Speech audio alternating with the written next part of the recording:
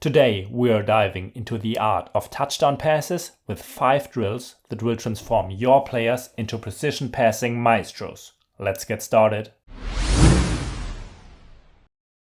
The first drill is an excellent warm-up, incorporating running, finishing and of course precision passing. Set up 2 players in the 2 corners, each equipped with a basketball. The remaining players are positioned at the free throw line on both sides of the court. The first player in the corner takes 1 or 2 dribbles, executes a long distance pass to the opposite side of the court, and then sprints behind for a give and go, finishing with a layup. Simultaneously, the same sequence unfolds on the other half of the court. After the layup, the passer grabs the rebound, while the shooter heads to the free throw line to become the next passer. The drill continues with the next player in the corner. As soon as the previous player clears the backcourt and the next passer is ready, the rebounder initiates the next iteration by taking 1 or 2 dribbles to gain speed before making the long-range pass. Continue the drill for a set duration or until players achieve a specific number of successful layups. Focus on an immediate transition from defense to offense after securing the rebound. Minimize hesitation by emphasizing a swift and purposeful movement. We do not want the players to stop after the rebound.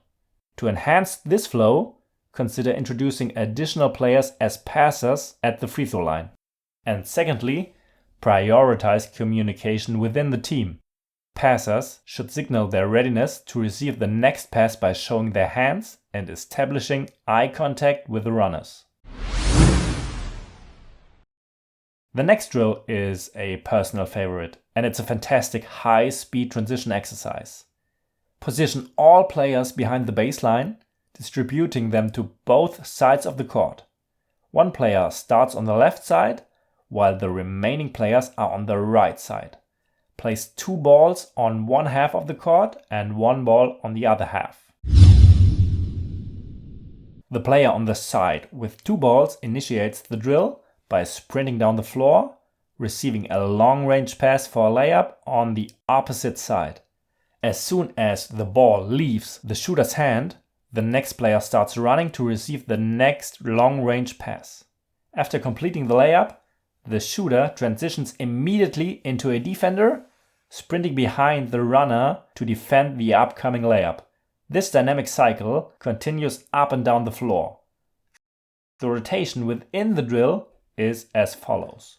The passer becomes the next runner. The defender, after grabbing the rebound, takes the position of the passer.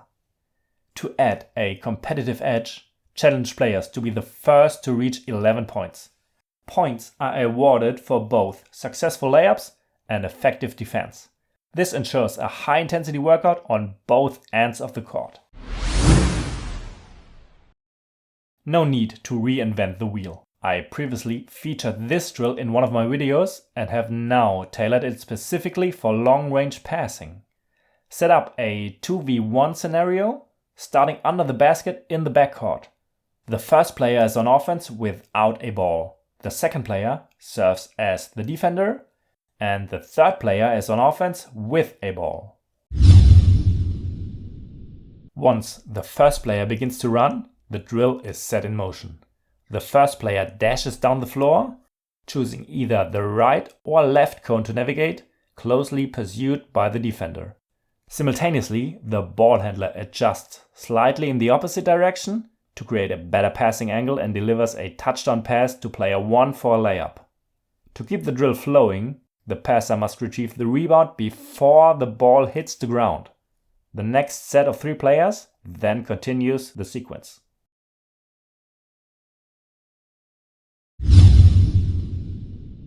Emphasize that the runner should avoid looking back before crossing the midline. The passer can take 1 or 2 dribbles to the side, setting up a precise pass for an effective layup. Once again, the next drill is a modification of a previous one. We've set up a 2-on-2 situation with 2 offensive players and 2 defenders. In the earlier version, we positioned 2 players behind each baseline.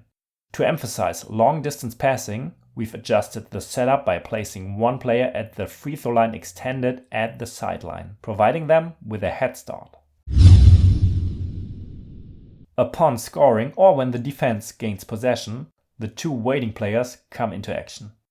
The player behind the baseline steps onto the court and receives an outlet pass from the defenders. Simultaneously, the player at the sideline sprints down the floor. Opting for a long-range pass is the optimal solution in this scenario. The initial offensive players immediately transition to defenders and give chase down the floor. The same situation replicates on the other side of the floor.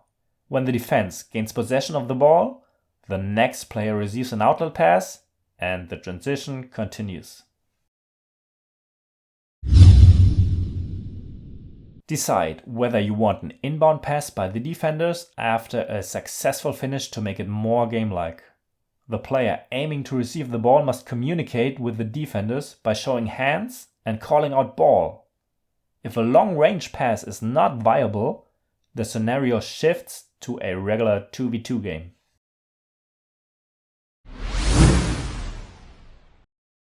In drill number 5, we have a game-like scenario that covers all the essential skills. We organize 2 teams, each with 3 players on the court for a 3-on-3 matchup. Additionally, both teams have 2 players waiting at the midline out of bounds. When one defender gains possession, whether through a rebound, steal, or after the offense scores, that player transitions into offense and the offensive players become defenders. The 2 teammates waiting at the midline enter the court to receive a long-range pass from the ball handler. The other 2 defenders line up at the midline, ready for the next offensive play. Same scenario on the other side. After the offense scores, the attackers switch to defense. One of the defenders makes the inbound pass, and the player receiving the ball initiates the next offense, with the 2 midline players offering another opportunity for a touchdown pass, leading to a layup. If defenders successfully prevent the long distance pass, the game shifts to a regular 3v3 half-court scenario. The ball handler decides whether to slow down or speed up the game.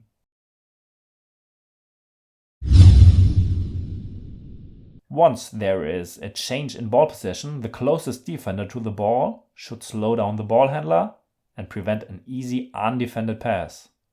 The other 2 defenders should sprint back as fast as possible. Mastering the fundamental passing skills is crucial, but the true magic happens in game-like scenarios where defense comes into play, demanding quick decisions from your players. I hope these drills were helpful for you. Check out my other videos with more plays and drills. See you in the next video.